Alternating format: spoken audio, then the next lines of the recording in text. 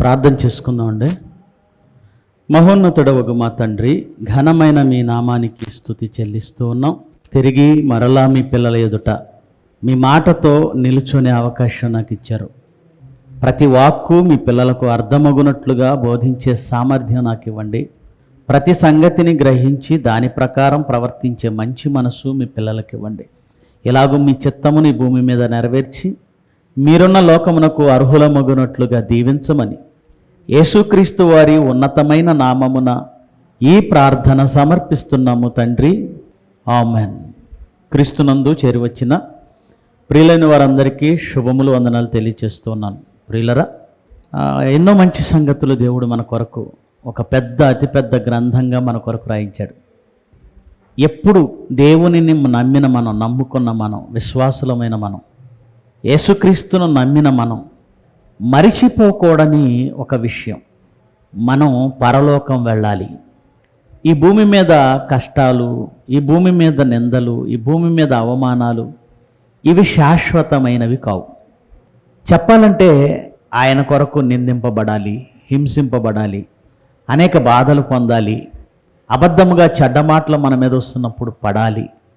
వీటన్నింటినీ మనం సహించగలిగితేనే పరలోకం వస్తుంది అన్న నిజాన్ని మర్చిపోకూడదు.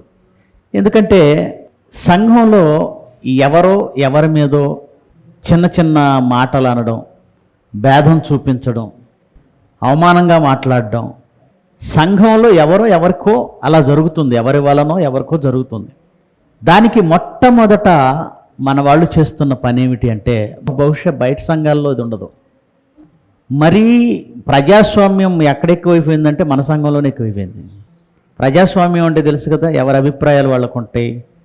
ఏంటి పరిస్థితి అంటే, ఎవరో ఒక మాట అన్నారు, మేము సంఘానికి రాం. ఒక మాట నేను అడుగుతాను, జాగ్రత్తగా మీరు ఆలోచించండి. భర్త తనను ప్రేమిస్తాడు, భర్తను ఆమె ప్రేమిస్తుంది, భార్య. అత్తేదో అందని భర్తను విడిచిపెట్టి వెళ్ళిపోతుందా? ఒకవేళ లోకంలో ఒక స్త్రీ అలా వెళ్ళిపోయిందంటే ఆమెను మీరేమి అంటారు? అమ్మ, నీ భర్త నిన్ను ప్రేమిస్తున్నప్పుడు, నీ భర్త నీకు తోడుగా ఉన్నప్పుడు, పక్కింటోళ్ళు ఏదో అన్నారు, తోడుకోవడం ఏదో అంది, ఆడబిడ్డ ఏదో అంది, అత్తేదో అంది, మామేదో అన్నాడు, ఎవరో మాటలను బట్టి భర్తను దూరం చేసుకుంటే ఆమెను మీరేమంటారు? కరెక్ట్ అంటారా? ఆమెను కరెక్ట్ అంటారా? అనలేము. మరి ఇక్కడ మీ భర్త ఎవరు? సంఘముగా మన భర్త ఎవరు? వధువుగా సంఘం ఉంటే సంఘానికి భర్త ఎవరు? క్రీస్తు. సంఘంలో ఎవరో ఒకరేదో అన్నారని క్రీస్తును వదిలి వెళ్ళిపోతావా? నీ భర్తను వదిలి వెళ్ళిపోతావా? అంటే ఇంకా మనకు వాక్యం ఏం అర్థం కాలేదు, అసలు వాక్యంలో లేవు. కొంతమంది ఎలా ఉన్నాము అంటే, మనం వాక్యం వింటున్నాం కానీ అది జీవితంలో ఎంతవరకు పాటిస్తున్నాం అనేది ఎవ్వరూ ప్రశ్నించుకోవటం లేదు. దేవుని దగ్గరకు వస్తున్నారు, దేవుని దగ్గర ప్రార్థిస్తున్నారు, బాప్తిజం తీసుకుంటున్నారు, పాటలు పాడుతున్నారు, వాక్యం వింటున్నారు.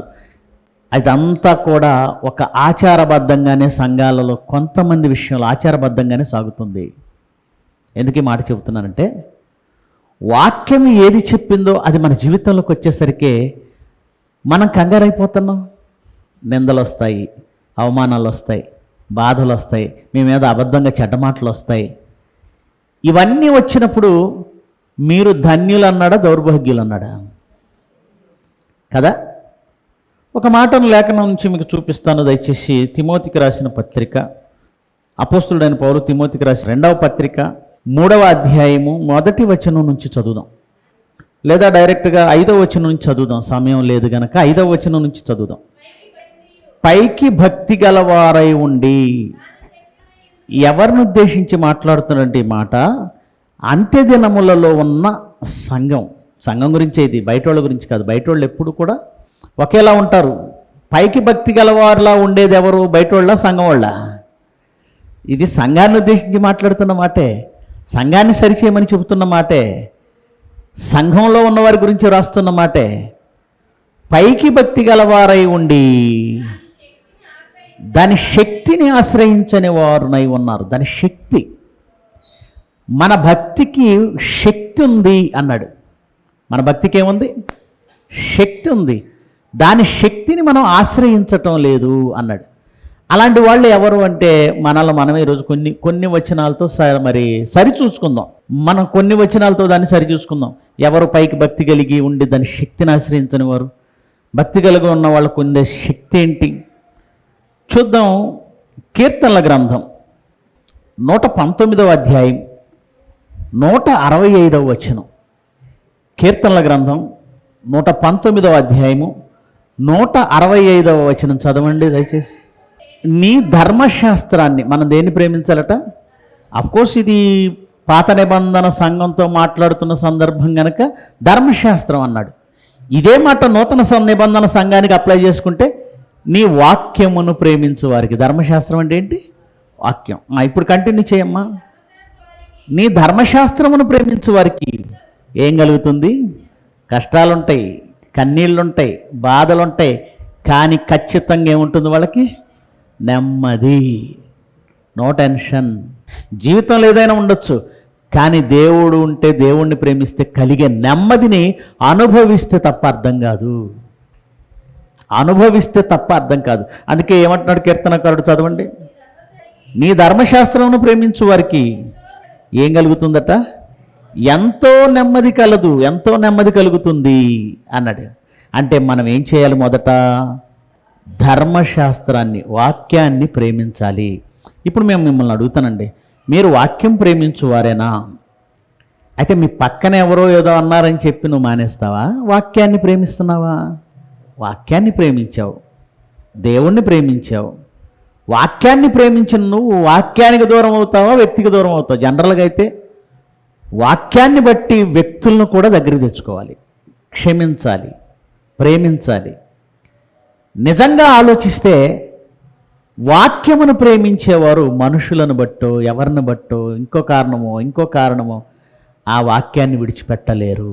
చెప్పానుగా, అత్తను బట్టో, తోడుకోడలను బట్టో, అరుదులను బట్టో, భావను బట్టో, ఆడబిడ్డలను బట్టో సంఘాన్ని విడిచిపెట్టని వారు ఎవరు అంటే వాక్యమును ప్రేమించేవారు. ఎవరెలా ఉన్నా నేను వాక్యం కోసం వెళ్ళిపోతా, వాళ్ళతో నాకెందుకు, వాళ్ళ క్యారెక్టర్ నాకెందుకు, వాళ్ళు నన్ను ఏమనంటే నాకెందుకు, నేను వెళ్ళిపోతా. ఎవరి కోసం వెళ్ళాలి? పక్కోళ్ళు, నీ పక్కనోళ్ళు దండేస్తారని వచ్చావా ఇప్పటివరకు సంఘానికి? నిన్ను ఎప్పుడు పొగుడుతూ ఉంటారని వచ్చావా? అందుకు వచ్చావా? ఈరోజు వాక్యం మనకు అర్థం కాని పరిస్థితుల్లో ఉన్నామని చూసి, కొంతమంది అలా ఉన్నారని చూసి చాలా వేదన చెందుతున్నారండి. సంఘముల విషయంలో చింత కలదు నాకు, సంఘము విషయంలో చింత కలదు. ఇంకా ఏమన్నాడు చూస్తారా అంటే, నువ్వు నిజంగా వాక్యాన్ని ప్రేమిస్తే మనుషులు పట్టించుకోవే, వాక్యమును ప్రేమించువారు అన్నాడు చూడండి. ధర్మశాస్త్రమును ప్రేమించు వారికి నెమ్మది ఉంటుంది. ఆ ధర్మశాస్త్రాన్ని, వాక్యాన్ని ప్రేమించటం అంటే ఏంటో అర్థమైతే మిగతావి పట్టించుకోము. నువ్వు ప్రేమిస్తే వాక్యం కోసం వచ్చి చేయాలి.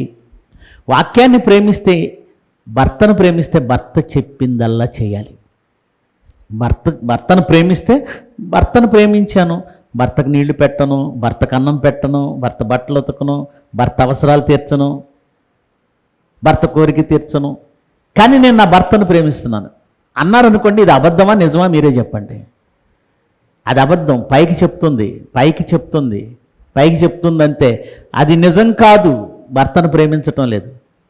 నేను నా పిల్లల్ని ప్రేమిస్తున్నాను అనే ఒక తండ్రి అని వాళ్ళకి కావాల్సిన అవసరాలు అన్నం పెట్టడం లేదు, ఫీజులు కట్టడం లేదు, బట్టలు ఇవ్వటం లేదు, వాళ్ళకి రోగాలు వస్తే చూపించటం లేదు, కానీ అందరికీ ఏం చెప్పు తిరుగుతున్నాడు? నా పిల్లలంటే నాకు ప్రాణం, ఇష్టం, నేను ప్రేమిస్తున్నాను నా పిల్లల్ని.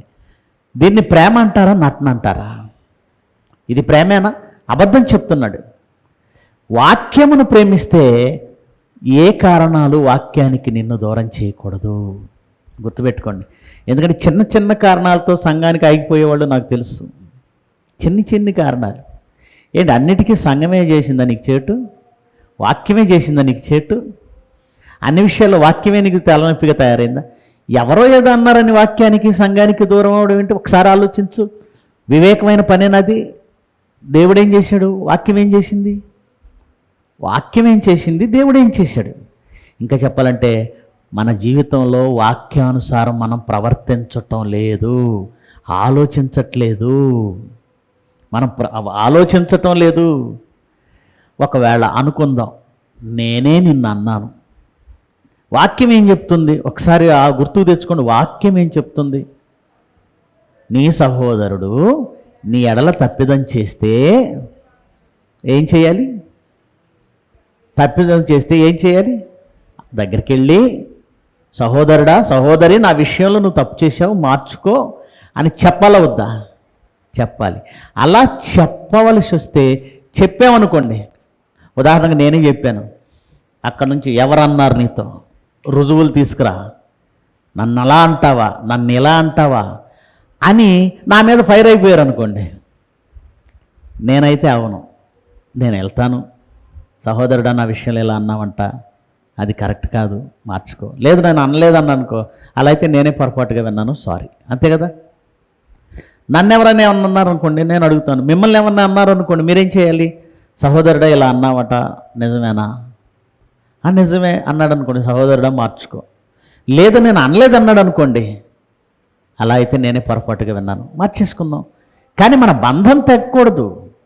సరే నిజంగా అని నేను అనలేదని నిజంగా అదరగొట్టేస్తున్నాడు అనుకో అవతల వ్యక్తి, నేనే అదరగొడతాను అనుకో, అని కూడా అనలేదని అదరగొట్టేస్తున్నాను అనుకో, అప్పుడు ఏం చేయాలి?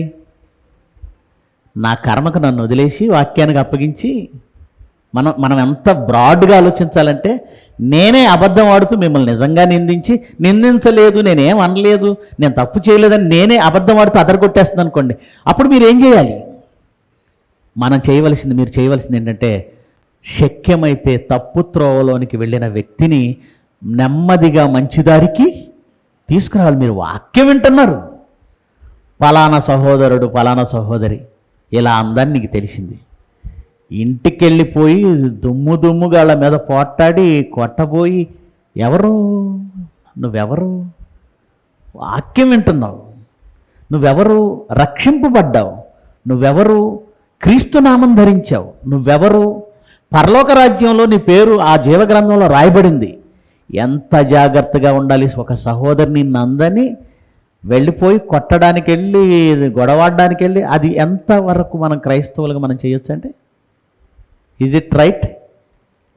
ఒకసారి మనసాక్షి వాళ్ళని మనస్ఫూర్తిగా నువ్వు క్షమించే పోని. క్షమిస్తేనా మనకేంటండి కష్టం, మనకేంటండి నష్టం? ఎవరో ఏదో అన్నారని చెప్పి మనం కరెక్ట్, నన్ను పలానా చోట నువ్వు దొంగతనం చేసావని నన్ను ఎవరో అన్నారు, అననివ్వండి, వాడి కర్మకాడు పోతాడు. నాకేమన్నా నష్టం అండి అతను నేరారోపణ చేస్తే? ఎవరు నేరారోపణ చేస్తే మనకి బాధ, ఇబ్బంది? దేవుడు నీ మీద నేరారోపణ చెయ్యకూడదు. మనుషులు చేస్తారండి, పొరపాటు పడతారు, లేదండి నీ మీద కోపం, నిన్నేదో అన్నారు, క్షమించేయి. దేవుని వాక్యాన్ని ప్రేమించిన వాడు ఆ వాక్య ప్రకారం ప్రవర్తిస్తాడు. భర్తను ప్రేమించిన స్త్రీ భర్త చెప్పిన ప్రకారము చేస్తుంది, వాక్యమును ప్రేమించిన వాడు వాక్యము చెప్పిన ప్రకారము చేస్తాడు. మరి వాక్యం ఏం చెప్తుంది? నీ విషయంలో తప్పు చేసిన సహోదరుడి మీదకి వెళ్ళిపోయి దుమ్ముగా గొడవాడేసి కొట్టేసి పగ తెచ్చుకోమనందా? నీ విషయంలో తప్పు చేస్తే పోనీ పగ తీర్చుట నా పని అన్నాడుగా, పోనీ నీకు అంత కోపం వచ్చింది, పగ వచ్చింది, నువ్వు వాక్యం వింటున్నావు, నువ్వేం చేయాలి? పగ తీర్చుట ఎవరికి వదిలేయాలి? నువ్వే పగ తీర్చుకుంటావా? ఏమంటే ఏదైనా కోపం వచ్చిన మగవాళ్ళేమో కొట్టేయాలని కోపం వస్తుంది, మగవాళ్ళకి ఏంటంటే నోరు తక్కువ వస్తుంది, చెయ్యి ఎక్కువ లేస్తుంది. ఆడవాళ్ళకి చెయ్యి లేవదు, కానీ ఏం లేస్తుంది? వాళ్ళ ఆయుధం ఒకటే.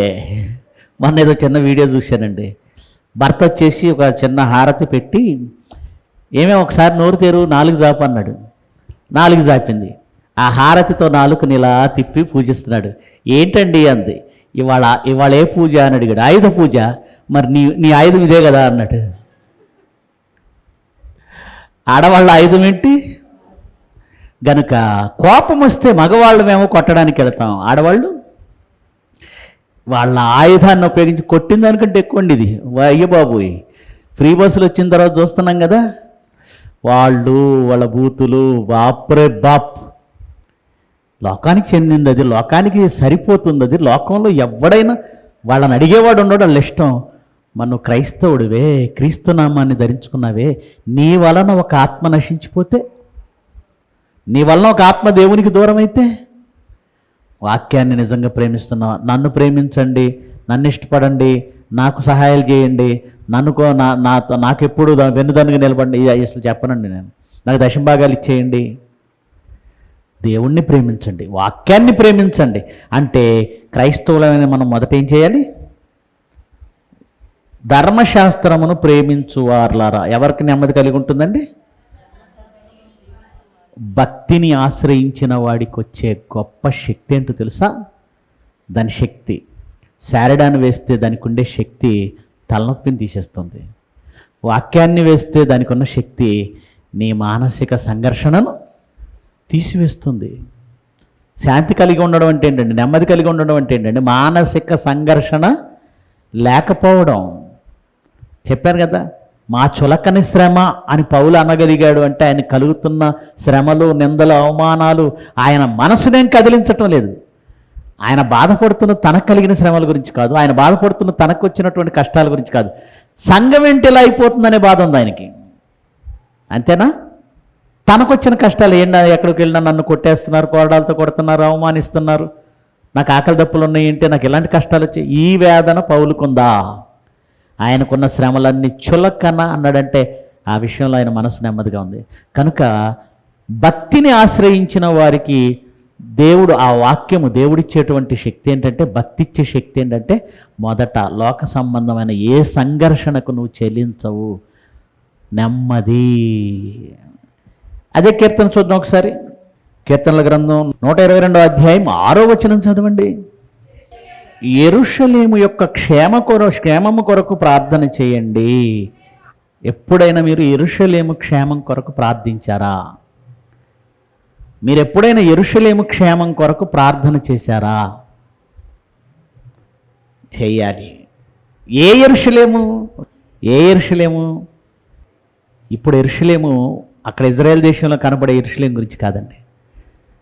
90% క్రైస్తవులంతా ఈ వాక్యాన్ని చూసుకొని ప్రతి సంఘం కూడా ఎప్పటికీ ఇశ్రాయేలీల గురించి, యెరూషలేము గురించి ప్రార్థన చేస్తున్నారు. ఆ యెరూషలేము శాపగ్రస్తమైంది. దేవుణ్ణి విశ్వసించదు. యేసుక్రీస్తుని విశ్వసించిన వాడే దేవుణ్ణి విశ్వసించినవాడు. ఆయన్ని అంగీకరించిన వాడే, కుమారుణ్ణి అంగీకరించిన వాడే దేవుణ్ణి అంగీకరించిన వాడు. ఎప్పుడైతే కుమారుణ్ణి అంగీకరించారో దేవుణ్ణి కూడా, గనుక వాళ్ళు ధర్మశాస్త్రం కలిగి యెహోవాని నమ్ముతున్నారు కనుక పర్వాలేదండి, మేము యేసుప్రభుని నమ్ముతున్నాం, కొత్త నిబంధన, వాళ్ళు పాత నిబంధనలో యెహోవానే కదా నమ్మేది, మనం ఒకటే బాయి దోస్త్ అంటే కుదరదు. యేసుక్రీస్తుని విశ్వసించని వాడు దేవుణ్ణి కూడా విశ్వసించటం లేదు, వాళ్ళ భ్రమది. గనుక ఇశ్రాయేలీలు కానీ యెరూషలేము కానీ పూర్తిగా శాపగ్రస్తమైంది. అది శాపగ్రస్తమైతే దాని గురించి దేవుడు దాన్ని శపించాడు. శపించిన దాన్ని, లేదు ప్రభువా నువ్వు దీవించు, నువ్వు దీవించు, నువ్వు దీవించు, నువ్వు దీవించు అంటే ఏమంటాడు? అంటే అప్పుడు ఆయన నిర్ణయం తప్ప? ఆయన తప్పు చేశాడా? ఆయన శపించాడు అంటే ఆయన కారణం లేదా? ఆయన శపించాడంటే శపించబడింది, వదిలేయి. మరి ఆ రోజు దేవుని సంఘంగా లేదా దేవుని మందిరంగా యెరూషలేము కనబడింది. ఈరోజు యెరూషలేము ఏంటి చెప్పండి? సంఘము, నూతనమైన యెరూషలేమును, పరిశుద్ధ పట్టణము, దేవుని సన్నిధి నుంచి వస్తుందని ప్రకటన గ్రంథం 21వ అధ్యాయం 9వ వచనం చదవండి ఒకసారి. 21వ అధ్యాయం 2వ వచనం. మరియు నేను నూతనమైన యెరూషలేమును, పరిశుద్ధ పట్టణం, తన భర్త కొరకు అలంకరింపబడినదై పెండ్లి కుమార్తె వలె సిద్ధపడి. నూతనమైన యెరూషలేము పెండ్లి కుమార్తె వలె సిద్ధపడింది. ఈ యెరూషలేము ఏంటో తెలుసా?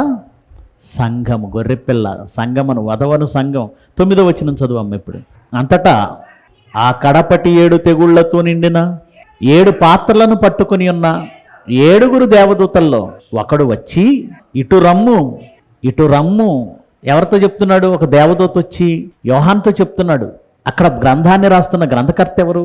ఎవరికి వచ్చిన దర్శనం? యోహాను గారు. యోహాను గారిని ఇటు రమ్ము, పెండ్లి కుమార్తెను అనగా గొర్రెపిల్ల యొక్క భార్య. పెండ్లి కుమార్తె, గొర్రెపిల్ల భార్య అంటే ఏంటి?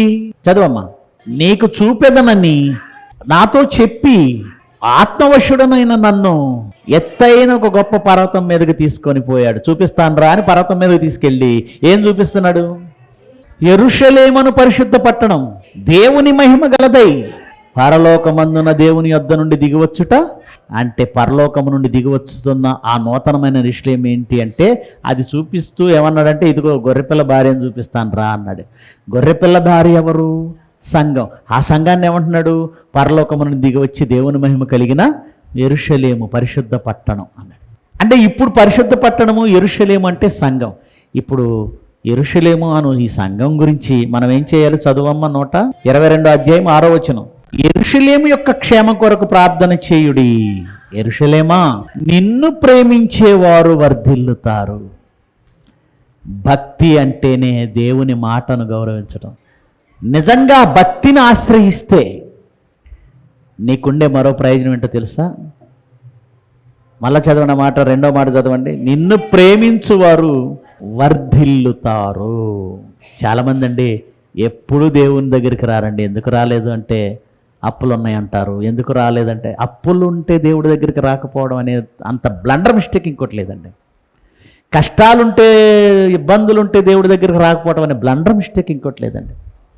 అనారోగ్యంగా ఉంటే దేవుడి దగ్గర రాకుండా ఉండేటువంటి, పూర్తిగా మంచంలో నుండి లేవలేని పరిస్థితి అయితే, ప్రయాణం చేయలేని పరిస్థితి అయితే అది వేరే. మరీ కొంతమంది కారణాలు ఎలా ఉంటాయంటే, కొంచెం కడుపు నొప్పి వచ్చిందండి, జ్వరం వచ్చిందండి, జ్వరంతో ఆఫీస్కి వెళ్ళే వాళ్ళు ఉన్నారు, తలనొప్పితో ఆఫీస్కి వెళ్ళే వాళ్ళు ఉన్నారు, కడుపు నొప్పితో స్కూల్కి వెళ్ళిపోయే వాళ్ళు ఉన్నారు. చిన్న చిన్నవి లెక్క చేయకుండా జీవితం, దైనందిన జీవితంలో చాలా చేస్తాం. ఎందుకంటే దాన్ని మనం ప్రేమిస్తాం. ఒక్కొక్కడు చేసే వృత్తిని ప్రేమిస్తాడండి. నాకు తెలిసిన ఒక ఆయన ఉన్నాడు, సహోదరుడు, దేవునిలో ఉన్నవాడే, కానీ తను చేస్తున్న వృత్తి అంటే నాకు అన్నం పెడుతుంది బ్రదర్, దాన్ని నేను ప్రేమిస్తాను అన్నాడు. నీకు అన్నం పెడుతుందని వృత్తిని ప్రేమించావు, నీకు అన్నం వృత్తి పెడుతుందా? నువ్వు ఎలక్ట్రీషియన్ అనుకుందావు, అది నీ వృత్తి. నువ్వు పని చేస్తే నీకు అన్నం వస్తుందా, డబ్బులు వస్తాయా? ఆ డబ్బులు తీసుకొచ్చి ఏం చేయాలి? రైసు, బియ్యం, ఉప్పు, పప్పు, కూరగాయలు అన్నీ కొనుక్కోవాలి. వీటిని ఈ డబ్బులు తయారు చేసే దేవుడు తయారు చేశాడా? నీ కష్టం వల్ల ఆహారం రావట్లేదు, దేవుని కష్టం వలన వచ్చింది. గనుక నాకు అన్నం పెట్టింది నా కష్టం అనుకోవద్దు, నాకు అన్నం పెట్టింది నా డబ్బులు అనుకోవద్దు, నీకు అన్నం పెట్టేది దేవుడు. గనుక నువ్వు ప్రేమించవలసింది ఎవరిని? సంఘాన్ని ప్రేమించు, అప్పుడు వారు వర్ధిల్లుతారు. నిన్ను ప్రేమించువారు వర్ధిల్లుదురు అంటే సంఘాన్ని ప్రేమించండి. ఎప్పుడు మానేయకండి, చిన్న చిన్న కారణాలతో సంఘాన్ని మానేయకండి. దేవుడు మిమ్మల్ని వెన్నంటి ప్రతి విషయంలో మీకు తోడుగా ఉండాలంటే, ఎగ్జాంపుల్ నేనే చెప్తున్నాను, మరణాపాయ స్థితిలో నుంచి బయటికి ఎందుకు తీసుకొచ్చాడు తెలుసా? ఎందుకు తీసుకురావాలి? దేవుడికి ఏంటి లాభం? ఎందుకు తీసుకురావాలి? నిన్నైనా ఎందుకు తీసుకురావాలి? ఒక బండి అది ఉపయోగపడుతుంది అనుకుంటేనే దాన్ని పాడైపోతే బాగు చేస్తాం. ఇది ఇక వేస్ట్, అన్నీ పాడైపోయినాయి, ఇది ఉన్నా కూడా పని చేయట్లేదు, ఇంజిన్ ఆయిల్ గారిపోతుంది, బ్రేక్లన్నీ ఫెయిల్ అయిపోయాయి, రిమ్స్ అన్నీ పాడైపోయాయి, లోపల ఇంజిన్ దెబ్బ తినేసింది, అన్నీ పోయాయి, దీన్ని బాగు చేసినా కూడా పని చేయదు, మళ్ళీ పోద్ది అనుకుంటే మనం ఏం చేస్తామంటే దాన్ని స్క్రాప్కి వేసేస్తాం. కానీ అది మంచి బండి, ప్రాబ్లం వచ్చింది, బాగు చేస్తే ఉపయోగపడుతుంది, దానికి 5,000 అయినా నువ్వు బాగు చేయించుకుంటావు మంచి బండి అయితే. దేవుడు కూడా చిన్న కారణాలకి వాక్యం ప్రేమించదు. ఈవిడ ఎవరో సంఘం లేదా అన్నారని వాక్యానికి దూరం అవుతుంది. వాక్యాన్ని ప్రేమిస్తే, నీ భర్తను నువ్వు ప్రేమిస్తే పక్కింటి ఆవిడేదో అందని భర్తకు విడాకులు ఇచ్చి వెళ్తావా? వాక్యాన్ని ప్రేమిస్తే సంఘాన్ని ఎందుకు వదులుతావు నువ్వు? వాక్యాన్ని ప్రేమిస్తే ఎవరో ఏదో అంటే ఈ వాక్యం ఇక్కడ వినపడుతుందే, ఈ వాక్యాన్ని వదిలి ఎలా వెళ్తాం? యెరూషలేమును ప్రేమిస్తే నువ్వు ప్రేమించేది యెరూషలేమునా? యెరూషలేముని నువ్వెందుకు వదిలేళ్తున్నావు తెలుసా? ఇంకొక మాట చూపిస్తాను. అదే 2వ తిమోతి 3వ అధ్యాయము 1వ వచనం నుంచి. మనం ఎందుకు ఎవరో ఏదో అనగానే టక్కన వెళ్ళిపోతున్నాం, టక్కన సంఘానికి ఆగిపోతున్నాం చెప్పనా? చదవండి. అంత్య దినములలో అపాయకరమైన కాలాలు వస్తాయి. అపాయకరమైన కాలాలంటే బస్సు దగ్ధమైపోద్ది, బస్సు మీద కంకర ట్రక్ పడిపోద్ది, అప్పుడప్పుడు పులులు బయటకు వస్తాయి, ఏనుగులు బయటకు వస్తాయి. ఇది కాదండి, నీ భక్తికి అపాయం వస్తుంది. సంఘానికి చెప్తున్న మాట అది. ఎందుకు వస్తుంది భక్తికి అపాయం అంటే చెప్తున్నాడు, చదవండి కిందకి. ఎలా వస్తుందంటే, మనుష్యులు, అది ప్రియుడు అంటే ప్రేమించేవాడు, ఫలానా వాడు ఆమె ప్రియుడు అంటే ఆమెను ప్రేమిస్తున్నాడని, అంతేగా. ఫలానా ఆమె అతని ప్రియురాలు అంటే అతన్ని ప్రేమిస్తుందని, అంతేగా. మనుషులు ఇప్పుడు ఎవరికి ప్రియులయ్యారు? స్వార్థం అనే దానికి ప్రియులైపోయారు. స్వార్థం అనే దానికి ప్రియులు. అంటే స్వార్థం అంటే ఏంటండి? అదో ప్రత్యేకమైన వస్తువో, రూపమో, జంతువు కాదండి, మనమే. మనల్ని మనం ప్రేమించుకుంటాం, దీన్ని స్వార్థం అంటారు. ఇది కాస్త మగవాళ్ళ కంటే ఒక్క పాళ్ళు ఆడవాళ్ళలో ఎక్కువ ఉంటుందండి.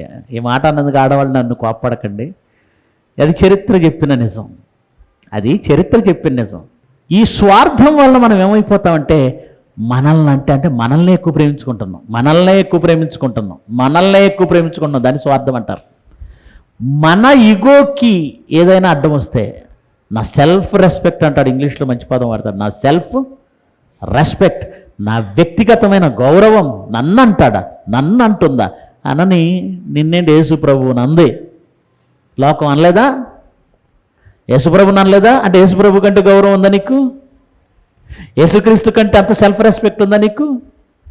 యేసుప్రభు కంటే స్థాయి ఉందా నీకు? ఆయనే ముఖం మీద ఉమ్మేసుకుంటే తుడుచుకున్నాడే, ముఖం మీద పిడిగుద్దులు గుద్దితే ఆయన తలంచుకున్నాడే, లోకమంతా నువ్వు వ్యభిచారం వల్ల పుట్టినవాడవని అంటుంటే తలంచుకున్నాడే, నువ్వు దయ్యం పట్టినవాడవంటే తలంచుకున్నాడే, ఆయనను అనుసరిస్తున్నానని చెప్పుకున్న నువ్వు ఎవరో సహోదరి ఒక్క మాట అందని గందరగోళం చేయొచ్చా? ఒక్క సహోదరుడు నిన్నేదో అన్నాడని దుమ్ముగా పోటాడేయచ్చా, గొడవాడేయచ్చా, అతని మీద దాడి చేసేయచ్చా? మనం క్రైస్తవులమేనా? ఏమన్నా చదవండి. స్వార్థప్రియులు అంటే వాక్య ప్రకారం కంట్రోల్గా ఎప్పుడున్నామంటే స్వార్థము కలిగి ఉంటే, అంటే మనల్ని మనం ఎక్కువ ప్రేమించుకుంటే. కానీ యేసు ప్రభువును అనుసరించేవాడు ఎలా అనుసరించాడని యేసు ప్రభు చెప్పాడు. మార్క్సు వార్త 8:34. మార్క్సు వార్త 8:34. అంతటా ఆయన తన శిష్యులను జనసమూహమును తన యొద్దకు పిలిచి, నన్ను వెంబడించాలనుకునేవాడు, ఆర్ యు క్రైస్ట్ ఫాలోవర్ అంటే యేసు ప్రభువును వెంబడిద్దాం అనుకుంటున్నావా? ఆయన వెనకాల నడుద్దాం అనుకుంటున్నావా? ఆయనతో పాటు పరలోకం వెళదాం అనుకుంటున్నావా? అయితే నువ్వు ఒక పని చెయ్యి, నన్ను వెంబడించగోరువాడు తనను తాను ఏం చేయాలి? తనను తాను ప్రేమించుకోవాలి అనలేదండి. తనను తాను ఏం చేయాలి? ఉపేక్షించుకోవడం అంటే అర్థం తెలుసా? మీ మనసులో పడాలని అంతకుముందు 2-3 సార్లు చెప్పాను, మళ్ళీ చెప్తున్నాను. మనల్ని మనం ఉపేక్షించుకోవడం అంటే ఇగ్నోర్ యువర్ సెల్ఫ్. నిన్ను నువ్వు పట్టించుకోకు, నీ గురించి నువ్వు ఆలోచించుకోకు, పూర్తిగా ఉపేక్షించేయి. ఎలా? కొంతమంది స్త్రీలు ఉంటారండి, అమ్మో సంసారపక్షం. ఎంత సంసారపక్షం అంటే 12ంటికి బొగ్గేసి కడిగేవాళ్ళు ఉన్నారు, 12ంటికి పుల్లబెట్టి కడిగేవాళ్ళు, 12ంటికి బ్రష్ పెట్టి కడుగుతున్నారు. ఏం తల్లి అంటే అంటది అంకిత భావం. అప్పుడు వాళ్ళమ్మేమంటది, ఎంత సంసారం, ఎన్ని పనులున్నా నీ గురించి నువ్వు పట్టించుకో, నీ గురించి నువ్వు ఆలోచించు, నీ ఆరోగ్యం గురించి ఆలోచించు. అంటే ఇప్పుడు ఏమి ఉపేక్షించిందో తెలుసా? తన ఆరోగ్యాన్ని ఉపేక్షించింది, తన గురించి ఉపేక్షించింది, తన ఆకలిని ఉపేక్షించింది, తన కష్టం ఉపేక్షించింది. అంటే తన గురించి తాను ఆలోచించుకోవట్లేదు, భర్త పిల్లల గురించి ఆలోచించింది. Very good. నీ భర్త విషయంలో నిన్ను నువ్వు వదిలేసుకోవటం, నిన్ను నువ్వు నిర్లక్ష్య పెట్టుకోవడం నీకు అర్థమైంది కదా? నిన్ను నువ్వు నిర్లక్ష్య పెట్టుకోవాల్సింది దేవునిలో. నన్ను అంటారా, నా గురించి అంటారా అంటే నువ్వు గొప్పేం కాదుగా యేసుక్రీస్తు కంటే, వదిలేసుకో. యేసుక్రీస్తును వెంబడించేవాడు తనను తాను ఉపేక్షించుకొని, తన సిలువ అంటే బాధలు, ఇబ్బందులు, కష్టాలు, నీకున్న భారాలు, ఇవి నీ సిలువైతే అది ఎత్తుకో. నేను ఎత్తుకోను, నేను పడననుకో, మీదేసుకో. సిలువ మోయనన్న నింద మోయి. మన మీద వచ్చిన నింద మన సిలువ, మనకొచ్చిన అవమానాలు మన సిలువ. ఇవి మొయ్యమన్నాడా పక్కన పడేయమన్నాడా? మొయ్యాలి. యేసుప్రభు మీద సిలువ పడింది, మోసాడా పక్కన పడేశాడా? నీ సిలువ కొండ మొయ్యి. అర్థం కావట్లేదు వాక్యం. ఎందుకంటే చాలామంది కూర్చొని వాక్యం ఏం చెప్పినా కూర్చొని ప్రజెంటేషన్ ఇచ్చేసి వెళ్ళిపోతున్నారు, బాడీ ప్రజెంటేషన్ కూర్చొని వెళ్ళిపోతున్నారు. అలాంటి వాళ్ళే ఒక నింద రాగానే సహించలేకపోతున్నారు, ఒక బాధ రాగానే సహించలేకపోతున్నారు, కష్టం రాగానే. వాక్యం ఆల్రెడీ వినుంటే ఈ వాక్యం చెప్తుంది కదా, కష్టం వచ్చిందంటే దేవుడి కోసం వచ్చింది, దేవుడు నిన్నేం చేస్తున్నాడు? పరీక్షిస్తున్నాడు, లేదా సాతాను నీకు శోధన కలిగిస్తుంది. ఇవన్నీ చెప్తుందా చెప్పదా? ఒక్కటే గుర్తుపెట్టుకోండి, ఏ కష్టమైనా, ఏ నింద అయినా, ఏ బాధ అయినా నీ మీదకి వచ్చిందంటే నీకు శోధన కలిగజేయడానికి సాతాను ఉన్నాడు. వాడెందుకు కలిగిస్తాడు శోధన? నువ్వు సంఘం నుంచి విడిచిపెట్టేయడమే వాడి పని. కనుక సంఘంలో ఉన్న సహోదరుని నిన్ను ఇలా అందనగానే నువ్వు మొట్టమొదట స్ట్రైక్ చేసేది ఎవరి మీద? సంఘం మీద. నువ్వు మొట్టమొదట స్ట్రైక్ చేసేది ఎవరి మీద? వాక్యం మీద. నువ్వు మొట్టమొదటి స్ట్రైక్ చేసేది ఎవరి మీద? దేవుడి మీద. ఇక ఆ తర్వాత మేము కూడా ఉన్నాం కదండి, ఓడగొట్టిన నాగలి, సేవకుల మీద. ఎవరో ఏంటో అనడం ఏంటి, నువ్వు వాక్యాన్ని వదిలేయడం ఏంటి? ఎవరో ఏదో అనడం ఏంటి, నువ్వు సంఘాన్ని వదిలేయడం ఏంటి? ఎవరో ఏదో అనడం ఏంటి, నువ్వు దేవుణ్ణి వదిలేయడం ఏంటి? అర్థం ఉందా నువ్వు చేసేదానికి? పక్కింటి వాళ్ళు ఎవరో అన్నారు, నీ భర్తకు విడాకులు ఇవ్వడం ఏంటి? జ్ఞానం ఉన్న పనేనా ఇది? గనుక తనను తాను ఉపేక్షించుకొని తన సిలువనెత్తుకోవాలి. అంటే నిన్ను నువ్వు నిర్లక్ష్య పెట్టుకో, నీ గురించి ఎక్కువ ఆలోచించుకుంటే అట్లాగే ఉంటుంది. నిన్ను నువ్వు ఎక్కువ ప్రేమించుకుంటే అలాగే ఉంటుంది. ఒక మాట పడలేవు. నీకు ఏదన్నా బాధ ఇబ్బంది వచ్చిందంటే అది దేవుడు పరీక్ష, సాతాను శోధన. దేవుడేమో పరీక్షిస్తున్నాడు, సాతాను శోధన కలిగిస్తుంది. దేవుడు ఆపు, నా కుమారుడికి శోధన కలిగించకనడు. ఆయన పరీక్షిస్తూ ఉంటాడు. ఈ శోధనకి ఈమె నిలబడుతుందా, నిలబడదా? ఈ శోధనకి ఇతను నిలబడతాడా, నిలబడ్డా? ఆయన పరీక్షిస్తూ చూస్తాడు. సాతాను వచ్చి నీకు శోధన కలిగిస్తుంది. ఎలా వస్తుంది? ఎవరంటే నువ్వు ఎక్కువ బాధపడతావు? ప్రేమించిన వాళ్ళంటేనే మనం ఎక్కువ బాధపడతాం. మనం ఎవరిని ఎక్కువ ప్రేమిస్తామో వాళ్ళు మనల్ని నిందిస్తే బాధపడతాం. ఎవడో బయటోడు ఏదంటే పెద్ద పట్టించుకోం. మనవాళ్ళు మనల్ని అంటే పట్టించుకుంటాం, బాధపడతాం. కనుక సాతాను కూడా ఎవరిని మన మీదకి తిప్పుతాడు? ఎవరి చేత మనల్ని బాధపెడతాడు? సహోదరుల చేతే. అప్పుడు దానికి ఏం చేయాలి మనం?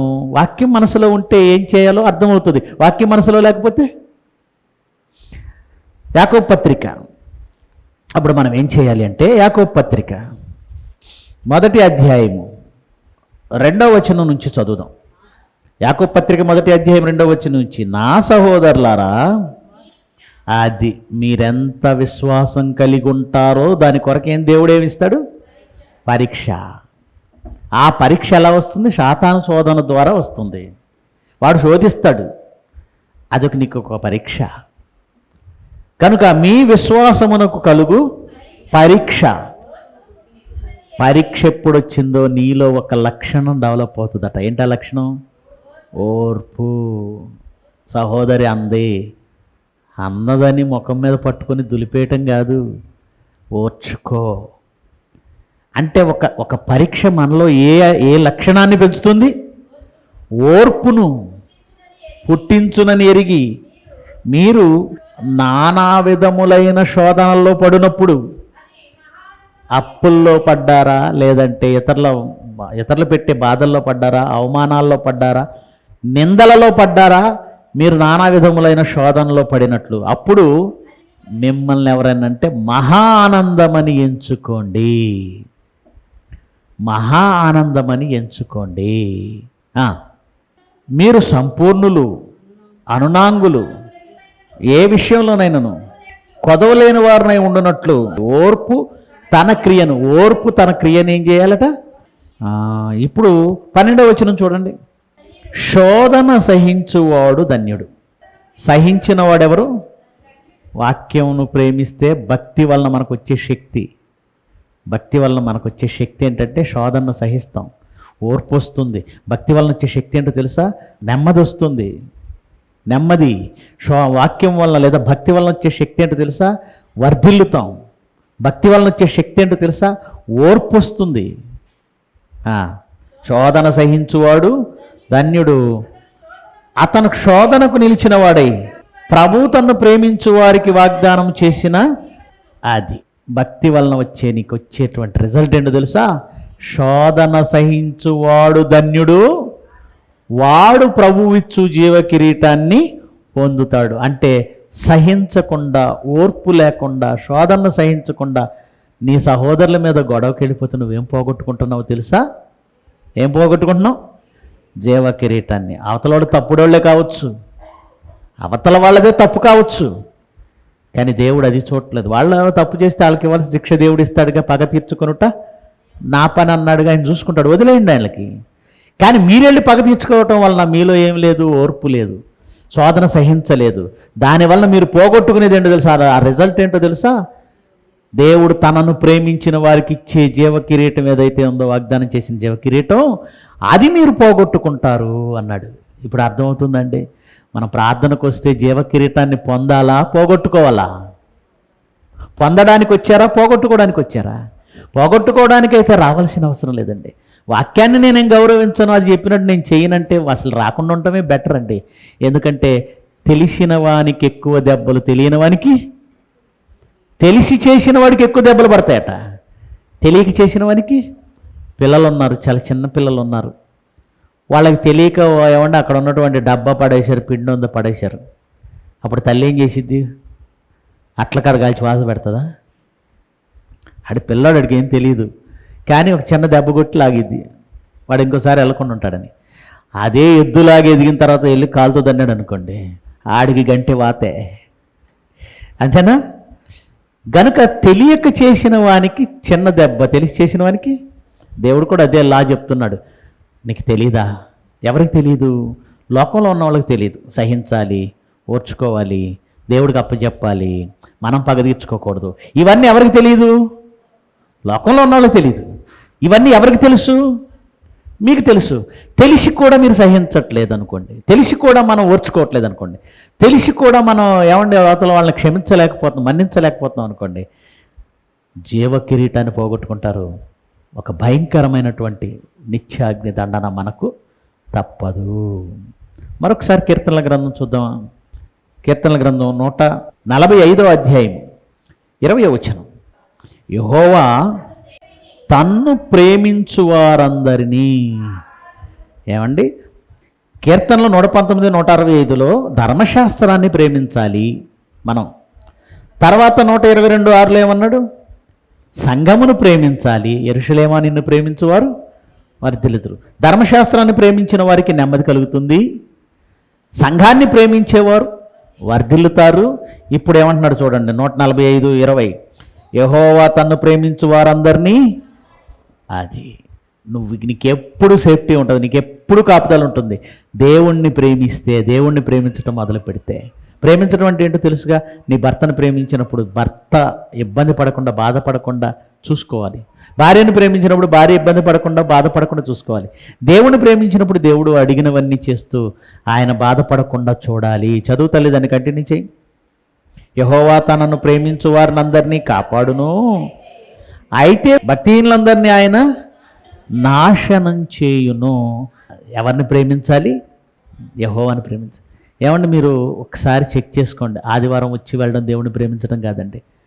ఆయన ఆజ్ఞలను గాయకొనుటయే మనం ఆయనను ప్రేమించడం. అది కూడా చూడండి, ఎందుకంటే చూడకపోతే మీకు ఫుల్ఫిల్గా తెలియదు, ఓరల్గా చెప్పకూడదు. 1 యోహాను పత్రిక 5వ అధ్యాయం 3వ వచనం. 1 యోహాను పత్రిక 5వ అధ్యాయం 3వ వచనం. మనం ఆయన ఆజ్ఞలను గైకొనుటయే.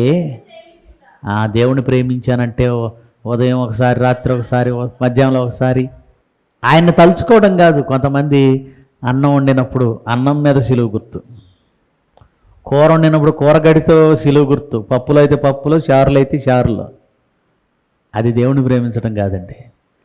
ఆయన ఆజ్ఞలు, ఈయన ఏమన్నా ఆజ్ఞ ఇచ్చాడు? దేవుడు ఎక్కడైనా అన్నం తినేటప్పుడు ముందు ఆ అన్నంలో సిలువేయండి అని ఆజ్ఞ అని ఉందా బైబిల్లో?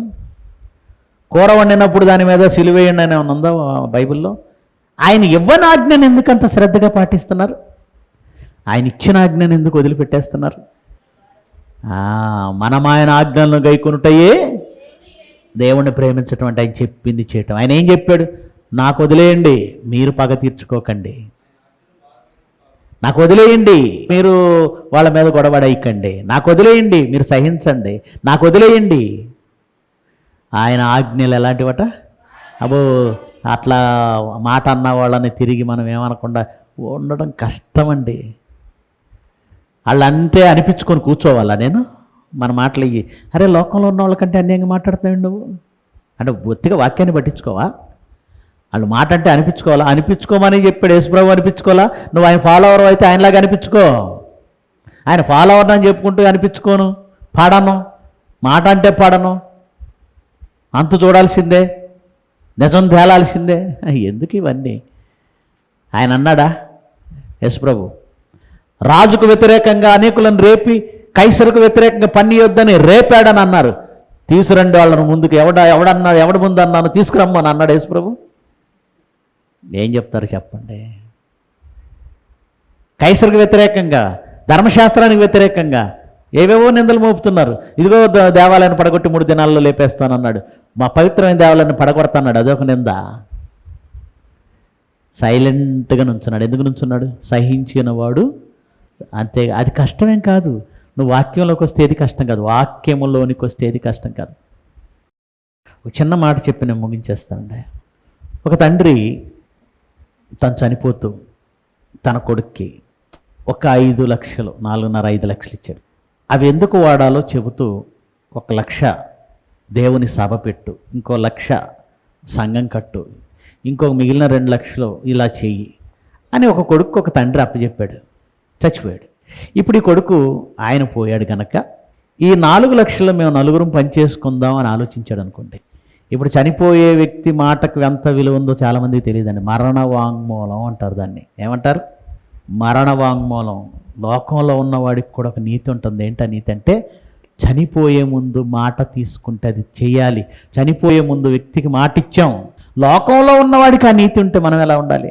కనుక ఆ కుమారుడికి తండ్రి, నువ్వు ఇది చెయ్యి, 1 లక్షతో దేవుడు పని చేయి, ఇంకో 1 లక్షతో దేవునికి సంఘం కట్టు, ఇంకో 2 లక్షలు ఇలా కార్యక్రమం చేయి అని అంటే, ఆయన పోయాడు గనక ఉన్న 4 అన్నదమ్ములు తల 1 లక్ష పంచుకున్నారనుకోండి, అది సబబేనా? సబబా అండి? రైటా అండి? అననయ సప్పీరాలు పొలం అమ్మారు, దేవుని కోసమని అమ్మారు, వాళ్ళదే. సగం దాచుకొని తెచ్చారు. ఇమ్మీడియట్లుగా పడిపోయి చచ్చిపోయాడు. ఆ క్షణానే పడిపోయి చచ్చిపోయాడు అననయ్య. ఈ విషయం తెలియక వెనకాల సప్పీరా వచ్చింది. ఆమె కూడా ఏమైపోయింది? పడి చచ్చిపోయింది. ఆ రోజు యాక్షన్ క్లియర్గా వాళ్ళకి ఎందుకు చెప్పాడంటే, వాళ్ళు స్ట్రాంగ్గా ఆ విషయాన్ని మిగతా వాళ్ళకి చెప్పడానికి, దేవుడు సహించడు అని చెప్పడానికి. ఇప్పుడు నేను 1 లక్ష రూపాయలు నేను ఉంచేసుకుందాం, ఆయన పోతే పోయాడులే, ఆ 1 లక్ష రూపాయలు నేను వాడేసుకుందాం అని నేను వాడేసుకున్నాను అనుకోండి, దేవుని సొమ్ము దొంగిలించిన వాడిని అవుతాను. ఏమవుతాను నేను? దేవుని సొమ్ము దొంగిలించిన వాడిని అవుతాను. పైగా దేవుని వాక్యానికి ఎంత విరుద్ధమైన పని చేశానంటే, అననీయ సప్పిరాలు చేసిన దానికంటే ఘోరం అండి ఇది. అననీయ సప్పిరాలు 1 లక్ష ఉందనుకోండి నా దగ్గర, ఎంతకాలం ఉపయోగపడుతుందండి నాకు? నన్ను అడిగితే నాకు 1 రోజులో లేచిపోద్ది. ఇప్పుడు దేవునికి వాడమని లక్షిస్తే నేను ఆ 1 లక్ష దేవుని కొనికి కాకుండా నేను వాడేసుకుందాం అనుకుంటే నాకు 1 రోజులోనే అయిపోతుంది. ఎందుకంటే నాకున్న అప్పులు అలాంటివి. ఇలా తిరిగి చూస్తే 10 లక్షలు కూడా ఉండవు, వారంలో ఉండవు, 20 లక్షలు కూడా ఉండవు, అసలు 1 కోటి రూపాయలు ఇచ్చినా ఉండవండి జీవితంలో, నెల తిరిగితే ఉండదు. అలా తింటే అరిగిపోయే ఆ 1 లక్ష కోసం దేవునికి వ్యతిరేకులం అవుదామా? లేదా ఆ 1 లక్ష లేకపోయినా కష్టపడదాం, దేవుడికని కేటాయించి దేవుడికి వాడదామా? ఏది న్యాయం మీరే చెప్పండి? దేవుడికి కేటాయించి దేవుడికి వాడదాం. చనిపోయే ఆయన తన తండ్రికి, తన కొడుక్కి ఇది దేవుడికి వాడమని నియమిస్తే ఆ కొడుకు సొంతంగా వాడుకుంటే శాపగ్రస్తుడే. కనుక ప్రియులారా, మనం వాక్యం వింటున్నామంటే మన జీవితం కూడా వాక్యానుసారంగా ఉందా లేదో తెలుసుకోండి, కనుక్కోండి. లేదా మనం పోగొట్టుకునేది ఈ భూమి మీద ఆస్తులు కాదు, జీవ కిరీటాన్ని, నిత్య జీవాన్ని. ఎల్లప్పుడూ మెలకుగా ఉండండి. శోధన సహించిన వాడు ధన్యుడు. ప్రార్థన చేసుకుందాం. మహోన్నతుడవగు మా తండ్రి, నిజంగా ధర్మశాస్త్రమును ప్రేమించిన వాడు ఎలాగో నెమ్మది పొందుతాడో, ఆ శక్తి, మానసిక శక్తి భక్తి వలన వస్తుంది. నిన్ను ప్రేమించేవారిని నాయన మీరు ఎల్లప్పుడూ కాపాడతారు. కాపుదల, మీకు సెక్యూరిటీ, మీ సెక్యూరిటీ మాకు వచ్చింది. అది భక్తి వలన కలుగు శక్తి. యెరూషలేమును అనగా సంఘమును ప్రేమిస్తే వర్ధిల్లుతాము. అది భక్తి వలన వచ్చిన శక్తి.